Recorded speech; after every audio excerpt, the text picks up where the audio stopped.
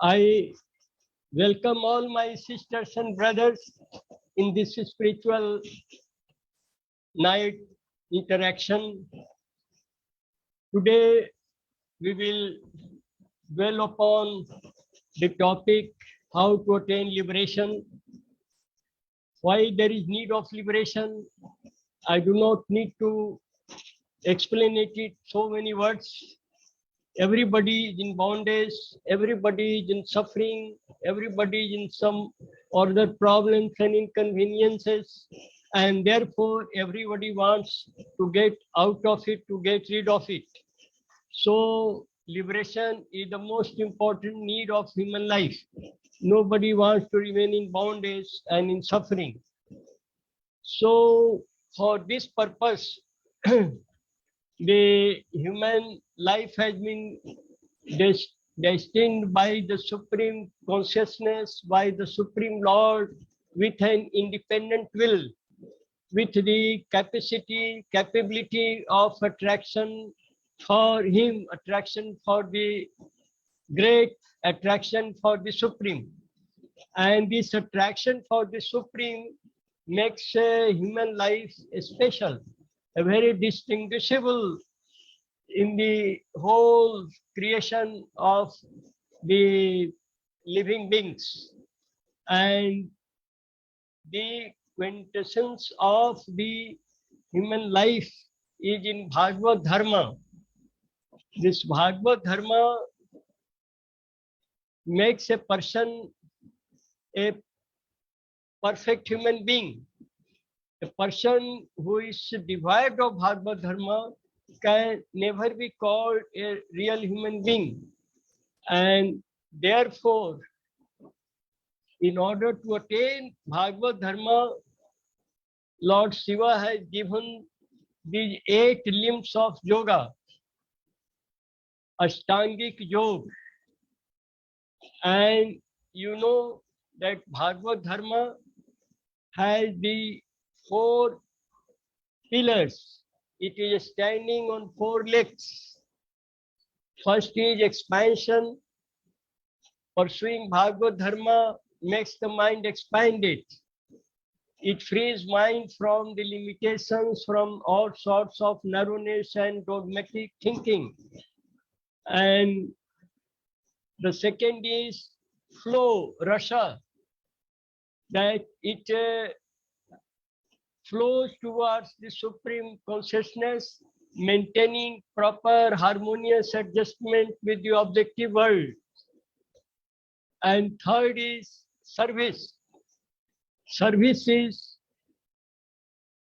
always selfless. It is always with the purpose to give to others without any feeling of taking something in return. There is no feeling, no thinking to get the return, the reward of what service has been rendered to other persons, to the suffering person. And the result of pursuing these 3 factors of Bhagavad Dharma, Vistar, Ras, Seva, expansion, flow with the supreme ideation, and selfless service to the suffering humanity, selfless service to this world. The result of pursuing these 3 factors is the realization of the Supreme. So a person who follows Bhagavad Dharma is the real Dharmika. This must be become very much clear to everybody, that we boast that we are human beings, we are civilized persons, we have great attainments in life. Real attainment is to live in this world while following Bhagavad Dharma perfectly. And a person who does not follow Bhagavad Dharma cannot be said to be a real human being.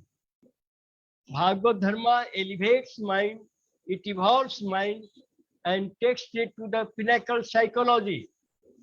This pinnacle psychology connects us with the supreme entity, with the supreme consciousness, and there when the mind merges into Supreme Consciousness, then we can say that we have attained the goal of life.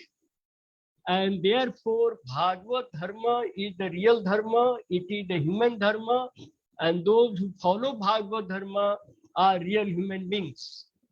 Only eating, drinking, making merry, or procreate, or sleep and fear, these propensities, when they are active in our mind, we work accordingly. So this predominance of propensities in our mental thinking does not give us a proper recognition as a human being. The proper recognition is following the Bhagavad Dharma. So we must be careful in every action, and we should see that no action leads to the narrowness of mind, to the vociferous tendencies, to the extroversial pabulum of mind, and being self-centered, forgetting all the principles of service. And that's why this Ashtanga Yoga has been given to attain these three factors: expansion, supreme flow, and selfless service. These things, these factors are not attainable without the help of Ashtanga Yoga.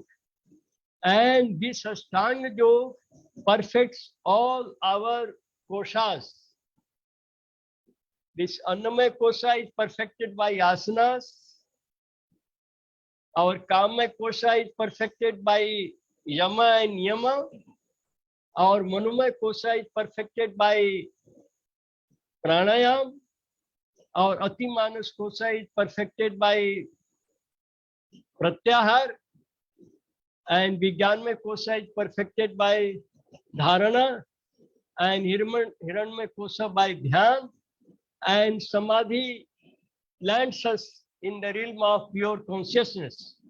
So this knowledge which is given to us by the first spiritual preceptor, Lord Sadashiva, is helpful in establishing us in Bhagavad Dharma because of this sadhana vigyan, this spiritual, this intuitional science has been empowered with spiritual force, and therefore they are fruitful.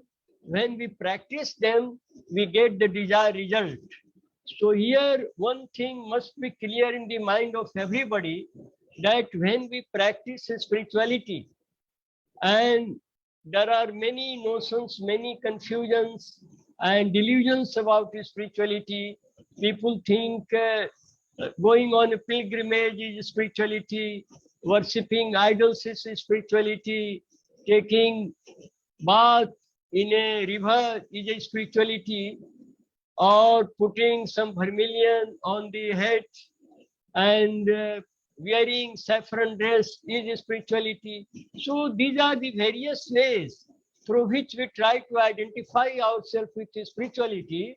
But in essence, spirituality is constant movement, uninterrupted movement towards the goal of life, who is the supreme entity, who is the originating point as well as the terminating point of our existence.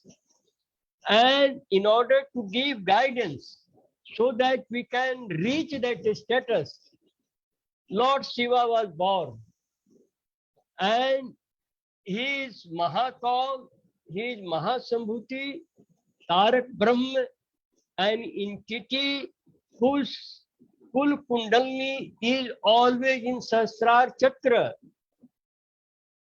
This means that's why he was also called Sadar Shiva, always in a state of Chaitanya, always in a state of consciousness. Shiva means consciousness, Shiva also means welfare. He always thought of the welfare of others. He always lived in the world of, in the domain of consciousness. There was no inertia, there was no distortions, there were no imperfections in his existence.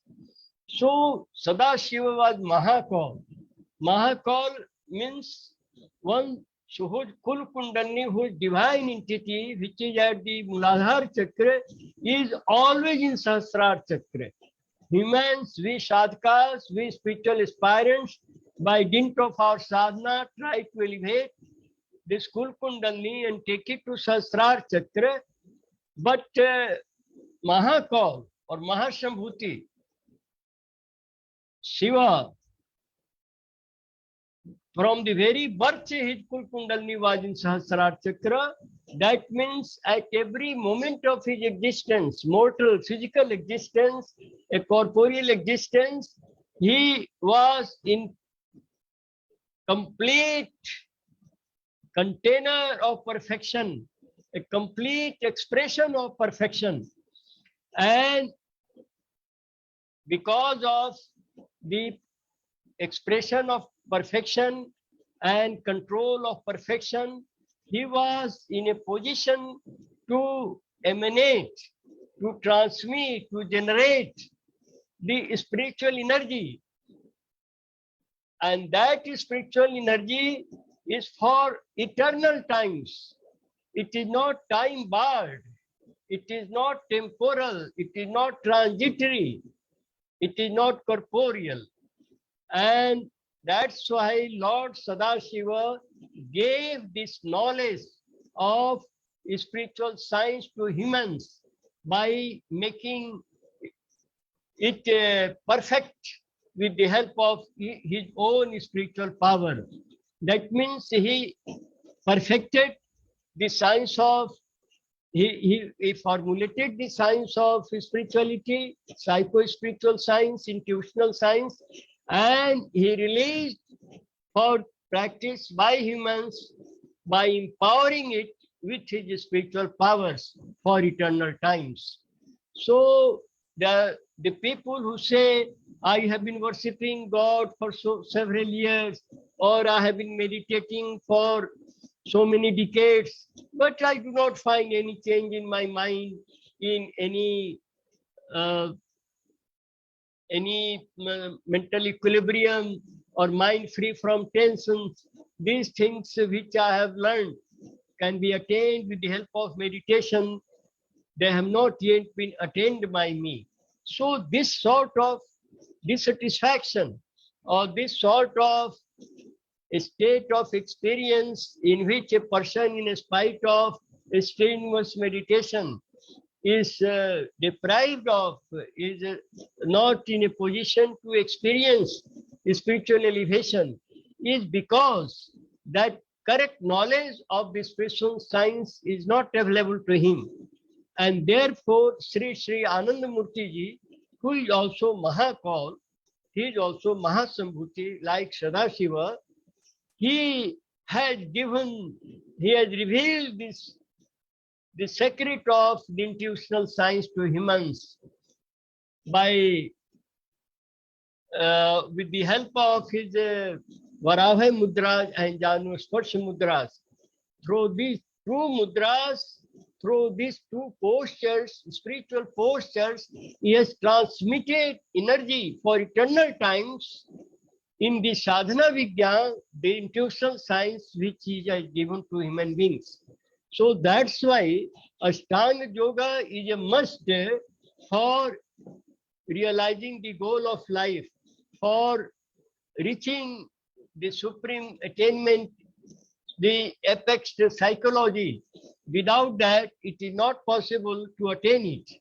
And therefore, this Yoga Sadhana, 8 limbs, it is the only way through which we can establish ourselves in Bhagavad Dharma or human Dharma.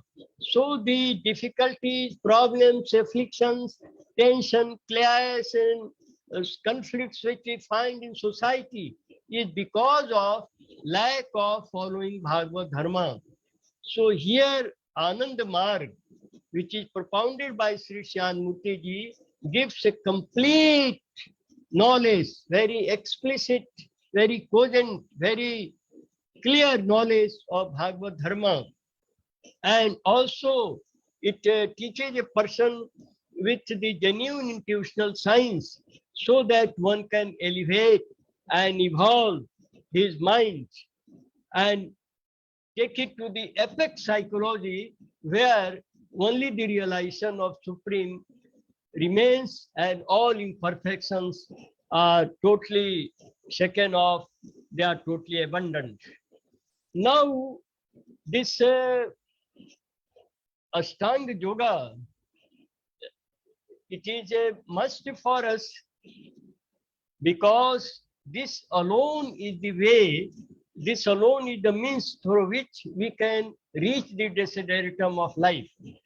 And in reaching the desideratum, the Mahakal Sri Shanandamurti ji has now invented two sciences. One is Nandan Vigyan and another is Mohan Vigyan. In Nandan Vigyan, the human urge to get happiness is quenched partially. It is not satisfied fully. A person who enjoys the worldly things, he can never attain the joy of attaining the supreme entity. And therefore, mind has to be made introvertal. And when the mind is introvertal as well as extrovertal, then it is in the realm of Nandan Vigyan, aesthetic science. This aesthetic science is a source of happiness, it is source of pleasure.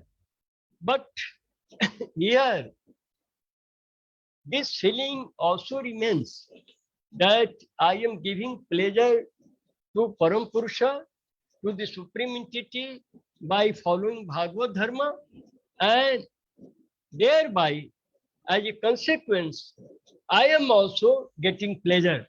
So it is mutual. I am giving his pleasure and he is giving me pleasure. So both the entities are coexisting and both are in blissful state. It is a Nandan Vigyan. And Nandan Vigyan does not give a person, a sadhaka or sadhika, with the experience of totality, the completeness, the perfection. So, in spite of getting pleasure, the want of having attained the infinite continues to exist. It remains there. There is a feeling, lurking feeling that something is lacking in my realization. Something is still unattained. This feeling does not leave us. And therefore, Sri Shanmurti ji has given a higher Vijnana, higher science, that is Mohan Vigyan, supra-aesthetic science, that it gives us infinite pleasure, immense pleasure. And how this immense pleasure, infinity, can be attainable, it can be realizable. For this purpose, we have to take the help of the ideation of the Supreme in every action of ours. In Mohan Vigyan, there is no dual entity. I start with the ideation, with the meditation on the Supreme, and because of his attraction, my mind thinks about him. My mind always remains in his thought. And finally, that thought becomes, the meditation and ideation becomes so strong that I lose myself and I become him. That only he exists. This means this Mohan, it is called Mohan because I become so infatuated, so charmed with his realization that I lose myself. I lose to feel my existence. my I-ness does not exist there. My I-ness is merged in the Supreme I or the Supreme Entity. And this Mohan Vigyan actually helps us in realizing, in experiencing the attraction of the Supreme. He is attracting me, I am also attracting him. And when I keep him as the only pabulum of mind, the only object or the ideation of mind, then slowly and slowly I feel that this inferential experiences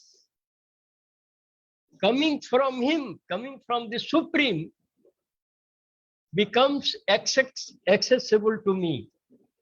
And you know, there are 5 inferences. The crudest is gandha, a smell, which is the quality of the solid factor. So when one is infatuated, intoxicated with the thought of the Supreme Entity, then without any source, he experiences a smell, a very intoxicating, a maddening smell. It is called surabhi in Sanskrit, aroma, aromatic experience. There is no source, but still it is a very infatuating. It makes the mind mad. It makes the mind supremely attracted towards the Supreme Consciousness. Similarly, this inference of, it is inference of a smell, and then there is inference of, you can say, rasa, the taste. Taste, when we, taste something, every object has a different taste. There are many fruits, all are sweet, but there is a peculiar sweetness in the sweetness of mango. There is another sweetness in banana, another still sweetness in pomegranate. So this taste which we feel in the worldly life, this taste, we also experience this inference of taste, just an inner experience that I am enjoying the joy of tasting something which I have never tasted before. So that taste comes from the ectoplasmic source. It does not come from a material source. It is from the Supreme Entity. It is from Mohana. It is from the hub of the universe, the nucleus of the universe. And then after this smell and this taste, then the third inference is of form. Form, in every expressions, in every existence, animate as well as inanimate, he alone is reflected. The Supreme Entity, the Supreme Consciousness alone is visible wherever he looks at, whatever he sees, whatever he thinks, whatever he drinks, whatever is the object of his possession. In everything, he finds that there is Supreme. So form, every form becomes the form of the Supreme, and mind becomes intoxicated with great joy, with great bliss, very blissful experience. And then the experience of touch, inference of touch, a person feels that he is in constant touch, in constant contact with the Supreme. He is not away from him, he is not separate from him, and he is always feeling that he is touching me, I am touching him.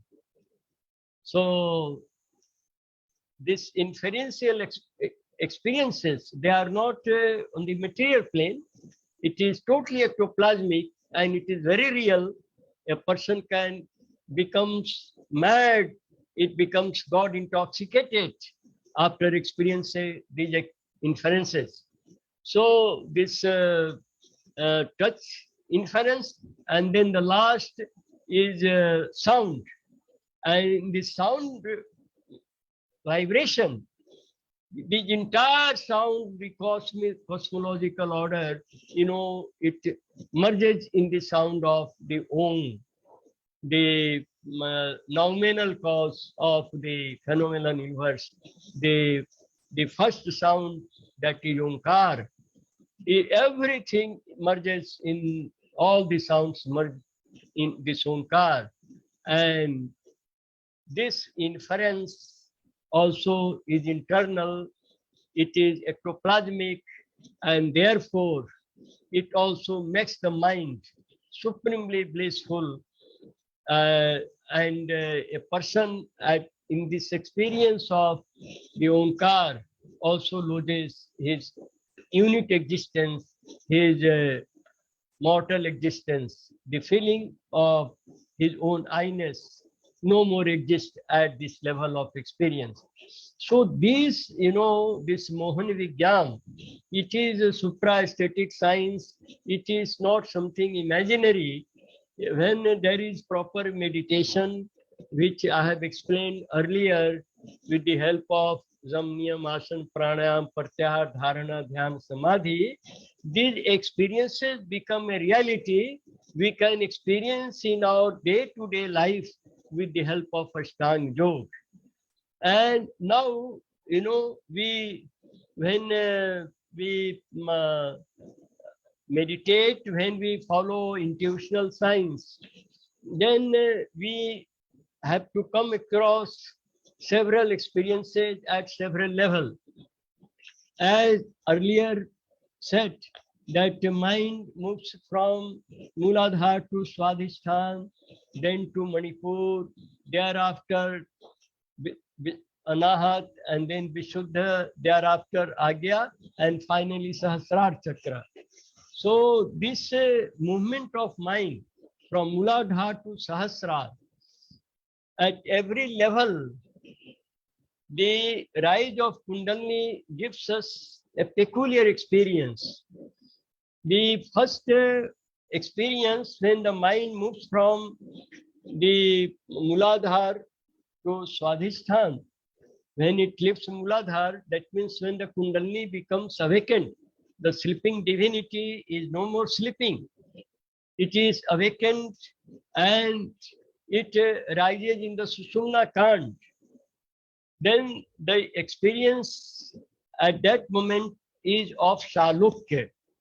Shalukya means he is not in some other world which is found in some mythological scriptures, that God is on seventh sky, or God is in heaven, or at some other place. The experience is God is very much here. I and he and I are not in different levels of existence. At the same stratum, both of us, he and I, both are on the same plane of same stratum of existence. This experience comes. And when this experience comes, gradually the fear, this instinct of fear starts disappearing. This propensity, which keeps our mind always disturbed. We get fear of disease, fear of losing something, fear of losing life, fear of losing reputation, fear of losing money, worldly possessions. This fear gradually disappears because I experience that I am on the same plane, on the same stratum where my Supreme Lord is present. He is not in Amarnath and Kedarnath. or seventh sky. He is here, very much here. He is not away from me. And people, go on pilgrimage and holy places and think that they are doing some great punya, doing some great sacred, some holy worship, and it will yield some great result for their in their life. So this type of misconception is one reason that the people do not get the real spiritual experience of the Supreme Lord. And today, the world, which is so much technologically and scientifically developed, has not been able to unite humanity. Although the source is one and the terminating point is one, we have come from one and we have to merge in that one. But still, we have not been able to build a human society where everybody's bond of love is unshakable, unbreakable. So it is because of these various faiths, to these various ideas, which is not in reality the uh, of you can say benediction, the which can give us real satisfaction, real pleasure. It is serving some selfish interest. So this first stage is of Salukya, that person feels that a God is here. I need not go anywhere. Wherever I go, God is there. And this gives a great assurance, a great fearlessness in the mind of a person. And when the mind is elevated from the Swadhisthana chakra, then there is a feeling of Samipya. Samipya means nearness, proximity, that he is here. And he is also near me. He is here, but not that he is 1 kilometer from me or half kilometer from me or 1 yard from me. He is near me. I feel his nearness. So wherever a person goes, he feels that the supreme entity, the God, the Lord, Supreme Lord, is also with me. And so I have no worries about my welfare, about my well-being. Wherever I am, I'm always in his constant company. And when the mind is further elevated, and from Swadhisthana chakra, mind moves to Manipur chakra, and Kundalini goes further, higher, then the experiences of Sayujya. Sayujya means he is near me, and not that he is near me, he is very close to me, he is touching me. I have a tactual experience that his and body and my body is touching each other.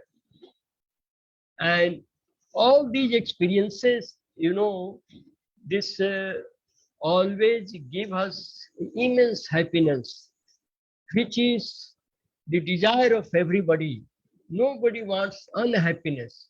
Nobody wants a life of boredom. And these experiences makes life an experience of fulfillment. A person feels that his life is totally contented. There is nothing wanting in his life. There is nothing imperfect in his life. This becomes the experience. So the Shayuja gives us the experience that he is not only close, but very, very close. He is touching me. There is so much closeness. And when mind goes above Manipur chakra and beyond Anahat chakra, then the experience is of Sarupya. Sarupya means in every rupa, in every form, in every manifestation in this world, one feels his existence. It is not that at a particular place or at a particular time or in a particular moment of life, he feels his existence. Everywhere it becomes a perennial flow of the Supreme. Wherever he goes, in whatever form he associates himself with, whatever object mind dwells, everywhere there is experience that it is he who is there. And after Sarupya is the Sarshti. In Sarshti, the very clear experience, this in the fifth stage, in which there is a clear experience that I exist and he exists. Both are existing, and both are existing, and therefore the joy of the existence of both without the presence of any other entity makes that joy infinitely strong, infinitely voluminous, and a person always flows in the divine flow, in the supreme happiness, in the supreme bliss. So this Sarthi gives us a very high experience, and when the mind moves above the Visuddha Chakra and goes to Agya Chakra, then there is a feeling that he alone exists. That means I have become he. I do not remain I. I become he. That he, the supreme entity alone remains. So this state comes with very intense spiritual practice. When the practice is very concentrated, the mind becomes totally pointed, then this experience comes that he alone exists. This is at Agya Chakra, and it is a Saguna Sthiti in which a person feels that the Supreme, I have become Supreme, I am the progenitor, I am the maintainer, sustainer of life, and I am also the destroyer of life. So this is called Savikalp Samadhi in yoga. So this Savikalp Samadhi, this is the stage of Raja Yoga, which was propounded by Ashtavakra. And this is a qualified spiritual experience. But Ananda Marg Yoga, the quintessence of Ananda Marg Yoga is Rajadhiraj Yoga. That means unqualified spiritual experience, where the feeling that I, Supreme I, also becomes without the feeling of I-ness. This I exists, but there is no feeling of this I-ness. One is totally merged with own existence, which is Nirvikalp Samadhi, which is attainable only after reaching the Sahasrara Chakra. So I have said these 6 stages because we can measure our spiritual elevation with the help of these yardsticks. We are meditating, then we must get the result also. We must get the experiences also, which is possible only when there is a progress in our spiritual life. And only sitting meditation or worshipping God in various forms, in various ways, in various systems are not enough. We should see what is the condition of our mind, how far mind has progressed, whether it is progressing as described by me, Salukya, Samipya, Sayujya, Sarupya, Sarshti, and Kaivalya. Kaivalya means only he.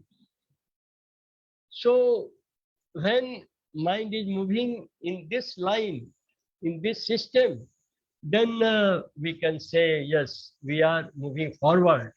And then the satisfaction also comes that my time is being properly utilized in doing spiritual practice. So this is very important. I have today uh, talked about these things because I want to make it clear that spirituality, the real spirituality alone can give us the introduction of being a human being. And Ashtanga Yoga is the method, it is the means, it is the system through which we can reach it. And this reaching the goal is with these 6 stages of experience. And the final is Mohan Vigyan. So this Ashtangic Yoga, it is not just some, you can say, amateurish or as a hobby that we have to do. We have to do it because it is an indispensable, integral part of our human existence. We cannot call ourselves a human being if there is no spiritual progress in our life. The material progress is good, technology developing, that is also good. But unless there is a spiritual progress, unless there is a spiritual development, we will always feel clash, conflict, tension, stress, strain, a very quarrelsome situation in the society, and that we are witnessing with our own eyes in the families, in the caste, communities, religions, in the nations. There is always a situation of clash, always a situation of mistrust, always a situation to usurp others, to exploit others, to terrorize and torture others. So these all will evaporate, they will disappear with our life being drenched in the rain of spirituality. So my only object was saying that here is the summary of our total spiritual efforts, that we have to feel that we are really on a real path of dharma. We are really moving towards becoming a genuine human being. Only when we ascertain our movement or progress with the yardsticks of Bhagavad Dharma, Mohan Vigyan, and the 6 stages of spiritual experience. I hope that this will give a proper analysis of our spiritual endeavors, and the perfunctory doing some meditation or commercially, there are many people who are teaching yoga. I do not think that will really do real service to humanity or to individual also in getting the experience of the supreme happiness, which is the real urge of humanity. So therefore, my call is, my message is that you must evaluate your progress in spiritual field with the yardstick of Bhagavad Dharma, Mohan Vigyan, and the 6 stages of experience. And when you find that I am really moving on this track, then you are sure to attain the ultimate, the goal, the ultimate experience in the spiritual life. You will not feel that there is still some want, there is still some imperfection, some feeling, lurking feeling that oh, something is still missing, will totally disappear. It will no more remain with you. So I think here I want to conclude my talk on Ashtangic Yoga by summarizing it on these three factors. And I hope all of you will aspire to attain highest stage in spiritual life. You will become an asset for the society. Society in need of real spirituality. It is in need of real guidance. And here Sri Shan Mukti ji has given this guidance. It totally, I can say, defect free and also not a commercial enterprise, but it is can be taught to everybody and everybody can enjoy it. Everybody can experience the real essence of spiritual energy with the help of intuitional science taught by Sri Shan Mukti ji. So we all will feel blessed when we practice it, and I hope we will enjoy after doing spiritual sadhana and the guidance of Sri Shan Mukti ji. Let me conclude here, and I will like to invite questions from you. If you have any doubt or anything is not clear, whatever I have spoken, please tell me. I will give you the proper answer of your questions. Namaskar.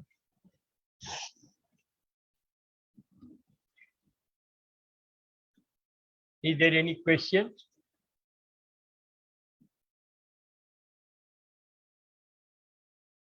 Namaskar, Acharya ji. No, there is no question because we are running out of time now. So we can close this. We are running out of time. Actually, we have started late also. Yeah, Acharya ji. It was 10 minutes late. Yeah. No problem, as you like. If there is no question, then you can flash the address and phone number or email so that if anybody wants to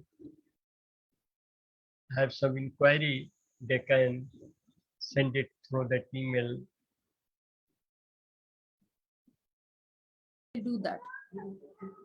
So we should conclude here. Yes, Acharya ji. Okay. Namaskar.